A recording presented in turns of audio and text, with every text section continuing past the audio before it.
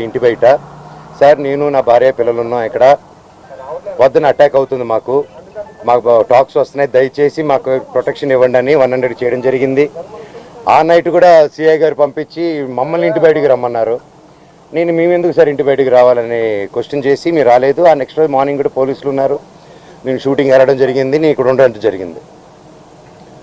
April 1న నేను ఇక్కడ April 2కి మేము బర్త్డే చేసుకుందామని మేము మా వరకే చేసుకుందాము, ఈ దీంట్లో ఈ గోల్లో అందరినీ పిలుచుకొని ఇది ఒక్కర్లేదు, ప్రశాంతంగా పాపతో టైం స్పెండ్ చేసుకుందాం అన్న భావతో చేసుకుందాం అనే ఉద్దేశంతో ఎవరిని పిలుచుకోకుండా మేము చేసుకుందాం అన్న టైంలో 1వ తారీఖు పొద్దున 1వ తారీఖు ఆ ముందు రోజు రాత్రి మేము వెళ్ళి సరే ఓకే ఇక్కడ వద్దు జైపూర్కి వెళ్ళిపోదాం, ఇవన్నీ ఎందుకు హెడ్ఏక్, మేము 4 టికెట్లు బుక్ చేసుకొని వెళ్దాం అనుకునే టైంలో మా అందరికి ఇన్ఫామ్ చేసి వెళ్తున్నామని.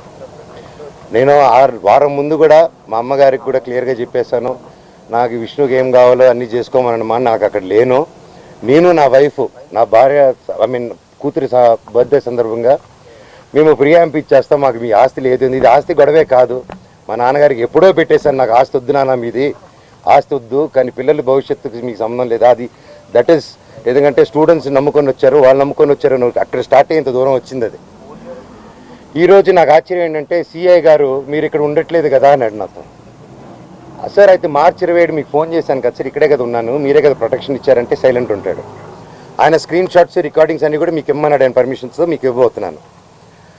అండ్ 1వ తారీఖున పొద్దున నేను ప్రెస్ బృందానికి లింక్ పంపించాను, వీళ్ళకి ఆల్రెడీ పంపించాను. ఏప్రిల్ నుంచి అప్పుడు డిసెంబర్ 8 స్టార్ట్ అయిన గొడవలకి ఈరోజు వరకు ఒక్క ఛార్జ్ షీట్ ఫైల్ చేయలేదు. ప్రూఫ్స్ ఇచ్చాను, కత్తులు గన్నులతో కొట్టరా అని చెప్పి మా మీదకి వచ్చారు, కర్రలతో వచ్చారు, గన్నులు తీశారు. ఇవన్నీ ప్రూఫ్ సిఏ దగ్గర ఉన్నాయి, అన్నీ ఉన్నాయి, మీకు చార్ట్ హిస్టరీ నేను ఇస్తాను. అయినా కూడా ఈరోజు పడలేదు. ఓకే సార్, కనీసం నా ఇంటికి దౌర్జన్యంగా వచ్చారు. ఆ రోజు పొద్దున్న నేను ఉంటే నా పెట్స్ ఉన్నాయండి, లోపల 3 పెట్స్ ఉన్నాయి, నా రూము అన్నీ నా చిన్నప్పటి నుంచి వస్తువులు, నా పిల్లల వస్తువులు, నా భార్య వస్తువులు.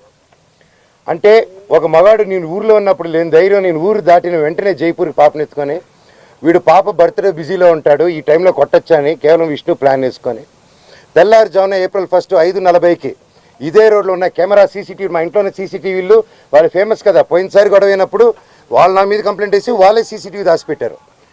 ఇప్పుడు కూడా మీరు వెళ్ళి అడగండి సీసీటీవీ వాళ్ళు ఎంటర్ అయింది ఎవరు, వాళ్ళు ఇస్తే సగం గుండు కొట్టుకుని తిరుగుతాను నేను వీధంతా, వాళ్ళకి సమస్య లేదు ఎవరు మీకు, ఎందుకంటే వాళ్ళు చేసింది దొంగ పని.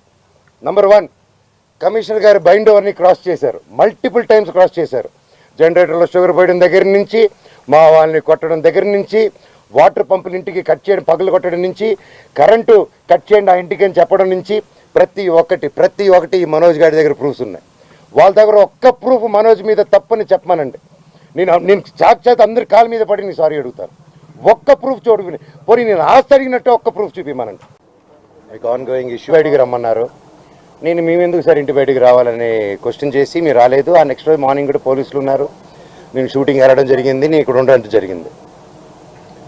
ఏప్రిల్ 1న నేను ఇక్కడ ఏప్రిల్ 2కి మేము బర్త్డే చేసుకుందామని మేము మా వరకే చేసుకుందాము, ఈ దీంట్లో ఈ గోల్లో అందరినీ పిలుచుకొని ఇది ఒక్కర్లేదు, ప్రశాంతంగా పాపతో టైం స్పెండ్ చేసుకుందాం అన్న భావతో చేసుకుందాం అనే ఉద్దేశంతో ఎవరిని పిలుచుకోకుండా మేము చేసుకుందాం అన్న టైంలో 1వ తారీఖు పొద్దున 1వ తారీఖు ఆ ముందు రోజు రాత్రి మేము వెళ్ళి సరే ఓకే ఇక్కడ వద్దు జైపూర్కి వెళ్ళిపోదాం, ఇవన్నీ ఎందుకు హెడ్ఏక్, మేము 4 టికెట్లు బుక్ చేసుకొని వెళ్దాం అనుకునే టైంలో మా అందరికి ఇన్ఫామ్ చేసి వెళ్తున్నామని.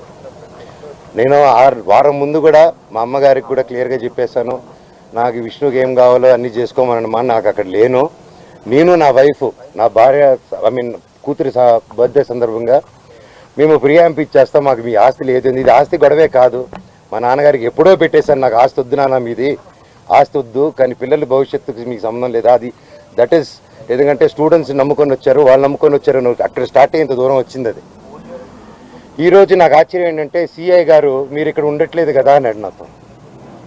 సార్ అయితే మార్చి 27 మీకు ఫోన్ చేశాను కదా సార్, ఇక్కడే కదా ఉన్నాను, మీరే కదా ప్రొటెక్షన్ ఇచ్చారంటే సైలెంట్ ఉంటాడు. ఆయన స్క్రీన్ షాట్స్ రికార్డింగ్స్ అన్నీ కూడా మీకు ఇమ్మన్నాడు, ఆయన పర్మిషన్స్తో మీకు ఇవ్వబోతున్నాను.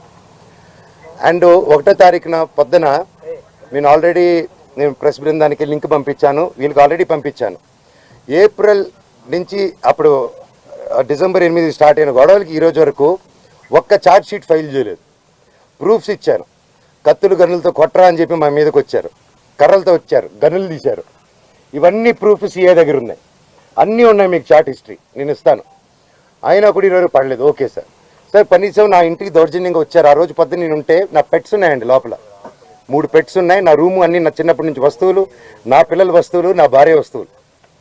అంటే ఒక మగాడు నేను ఊర్లో ఉన్నప్పుడు లేని ధైర్యం, నేను ఊరు దాటిన వెంటనే జైపూర్కి పాపను ఎత్తుకొని, వీడు పాప బర్త్డే బిజీలో ఉంటాడు, ఈ టైంలో కొట్టొచ్చని కేవలం విష్ణు ప్లాన్ వేసుకొని తెల్లారుజామున ఏప్రిల్ 1 5:40కి ఇదే రోడ్లో ఉన్న కెమెరా సీసీటీవీ, మా ఇంట్లోనే సీసీటీవీలు, వాళ్ళు ఫేమస్ కదా, పోయినసారి గొడవ అయినప్పుడు వాళ్ళు నా మీద కంప్లైంట్ వేసి వాళ్ళే సీసీటీవీ దాచిపెట్టారు.